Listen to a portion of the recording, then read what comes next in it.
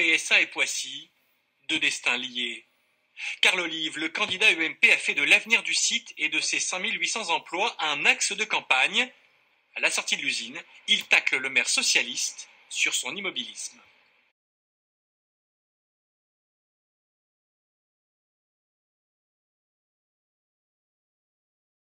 Je ne peux pas être d'accord avec ce qu'il a dit, même qu'il y a 3% qui habitent à Poissy, c'est pas normal. Aujourd'hui, quand je vois que dans les colonnes d'un quotidien national qui est Le Monde, le maire de Poissy, concernant Peugeot, puisse dire si l'entreprise s'en va, la ville récupère du foncier et j'ai des contacts avec des grands groupes prêts à venir s'installer, quelque part ça nous révolte. Parce que nous savons ce que PSA, Chrysler, Simca doit à la ville de Poissy et vice-versa.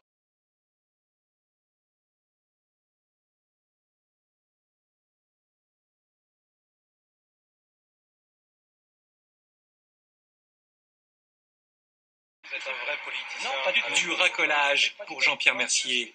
Après la fermeture du site d'Aulnay, le leader CGT travaille désormais ici. Et sans surprise, il soutient Lutte ouvrière qui présente une liste à la mairie. Un maire ici à Poissy, il faudrait qu'il soutienne les grèves, il faudrait qu'il soutienne les futures luttes des salariés, parce que défendre l'emploi ici, c'est forcément bon pour la ville. Ne pas vivre au rythme de PSA, c'est la stratégie de Frédéric Bernard. Le maire socialiste souligne d'ailleurs que seuls 3% des salariés de Peugeot votent à Poissy. J'ai rencontré les patrons de chez PSA. Ils vont investir 137 millions d'euros pour moderniser l'usine. Ils vont peut-être la réduire.